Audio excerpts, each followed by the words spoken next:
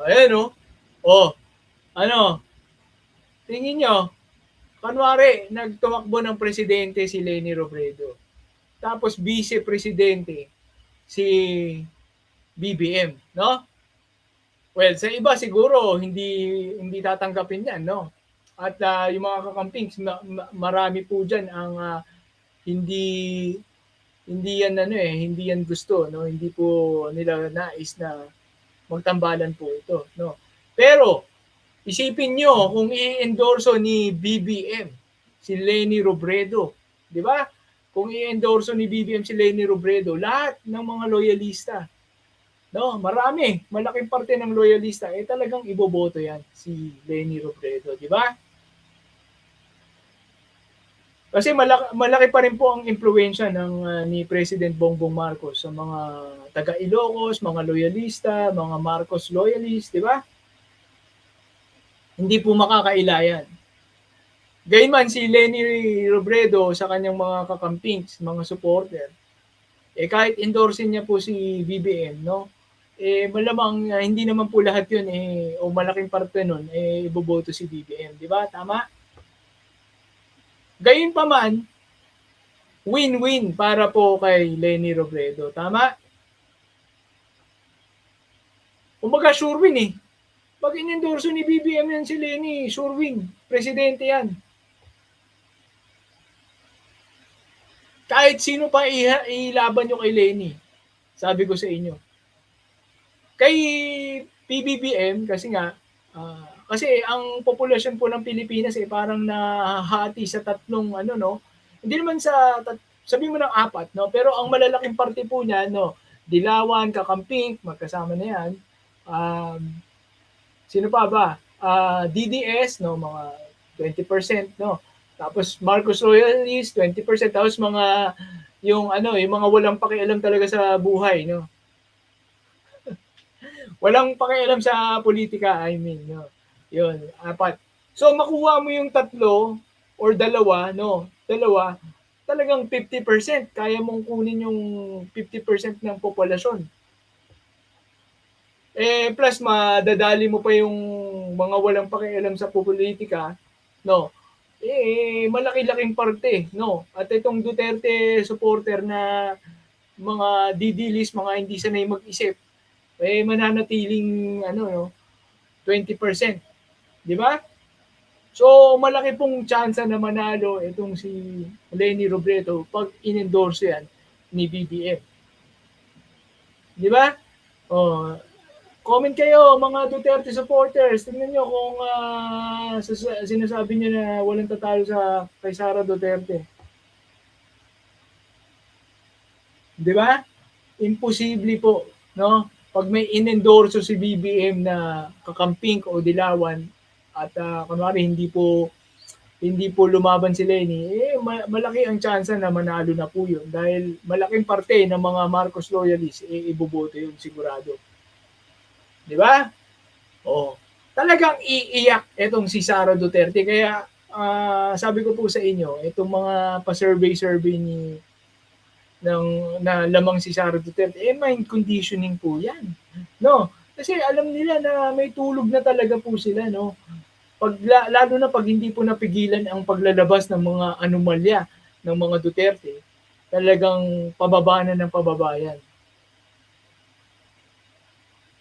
Ano pa ba?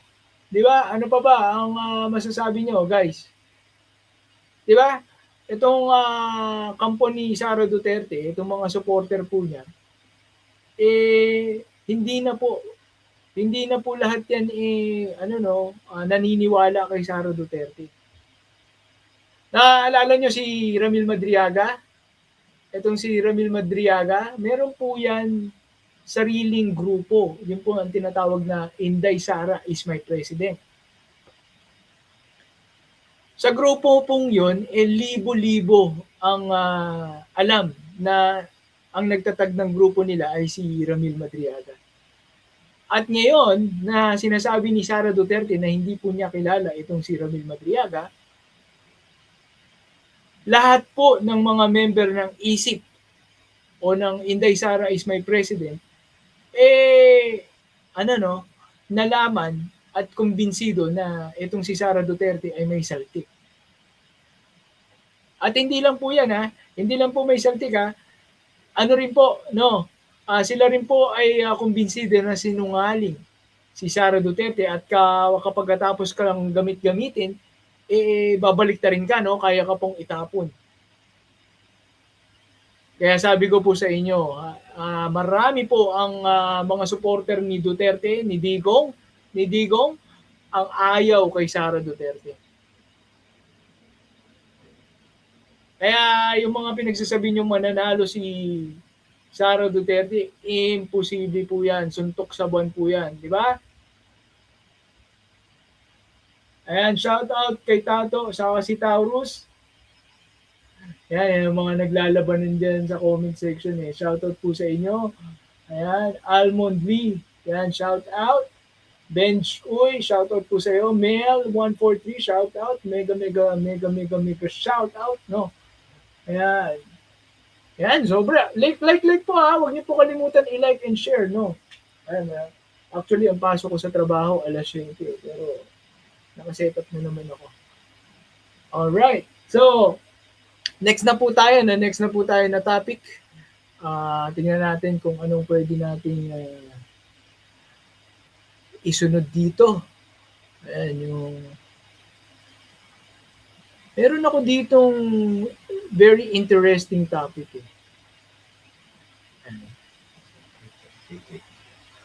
Ito. Ayan, related pa rin po dito sa kay Ramil Madriaga ito. Ayan. Nagsalita po kasi ang Kongreso, no? Nagsalita po kasi ang Kongreso sa pangunguna ni Congressman Terry Redon. Tingnan niyo po. Nagahang ba? Ayun.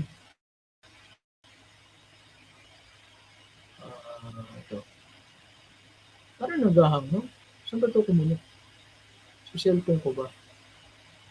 Makaano na tayo PLDT Fiber. Shoutout sa PLDT Fiber. Shoutout sa PLDT Fiber. Medyo mabagal po ang internet nyo. Yan. Okay. Alright.